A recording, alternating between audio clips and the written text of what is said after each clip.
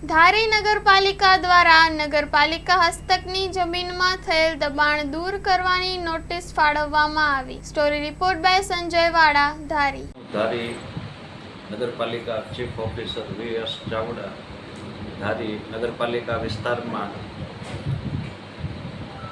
ગેરકાયદેસર રીતે વગર પરવાનગીએ જાહેર રસ્તાઓ અને સાર્વજનિક જગ્યાઓ પર જે દબાણો કરેલ છે તે આગામી 2 દિવસમાં તેમના ખર્ચે અને જોખમે દબાણદારોએ દૂર કરવા, અન્યથા